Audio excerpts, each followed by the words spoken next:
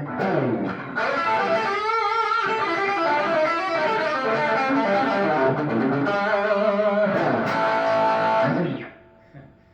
everybody, my name is Kurt, and today I want to be taking a look at some ways that you can improve like your phrasing on the guitar when you're playing a guitar solo. And one of the ways to do that is to find other notes in the pentatonic scale to like end your licks on. So two of the ones we're going to be taking a look at today will be the G, which is the minor seventh. This is in the key of A minor. And also the C, which is the minor third. Now, also in blues, you can play, most of the time, you can play minor thirds and major thirds in most progressions since it is the blues.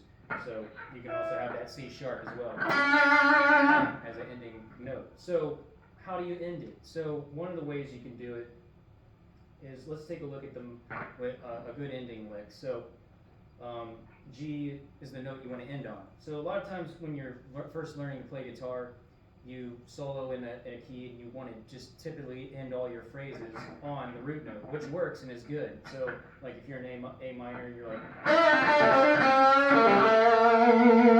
end on that A note. But there's other notes that you can end on when you're phrasing in the scale that can sound good. So one of them would be like the G, the minor seventh. So say you're going up, you can go like just right there is a lick, and that's just ending. That's bending from the major six. So we're kind of talking about Dorian mode here to the minor seventh. So, or you can have a bend where you kind of go down and then go back up to the minor seventh. Or get a little chromatic, get a little jazzy with it. So go with throw a little bit of. I threw in a outside note, which is the major seventh, which would not sound good if you ended on that, but it kind of walks down to that minor seventh. So that's just getting kind of jazzy with it. But or like when that opening lick I played, you got I'm going back and forth from the minor third, or actually the major third, to the minor seventh. So like I said, you can also end on thirds. Let's start with the minor third. So like Jimi Hendrix used to play something like,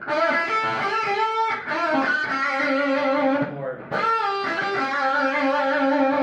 it's kind of like a Hendrix lick, but that's ending on the third, the minor third, and he's kind of curling it, kind of getting almost up to that major third, but not really. And that's called like a blues curl. But that's just a technique you learn with bending. But the third is a good note also to end on. So like that. So that's a blues note. Or end on the major third. That works too in the blues or in a lot of rock contexts. So just something like that. So let me just kind of solo a little bit. So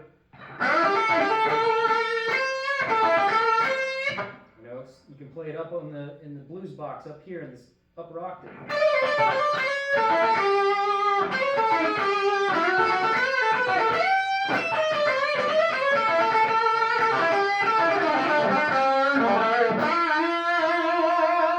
Now I kind of cheated there. That's kind of ending on a fifth, and I wasn't going to talk about fifths, but you can also do fifths too because it's in the minor pentatonic scale. But you can make any note really to end on in the minor pentatonic scale work. The four is kind of going to be your weakest note in most cases unless you go to the four chord, and then that becomes your best note. But thirds, sevenths, fifths, those are great notes to end on, especially the thirds and the sevenths. So just that's all I really got. So just have fun with that one, and I'll see you guys next time. Until then, peace.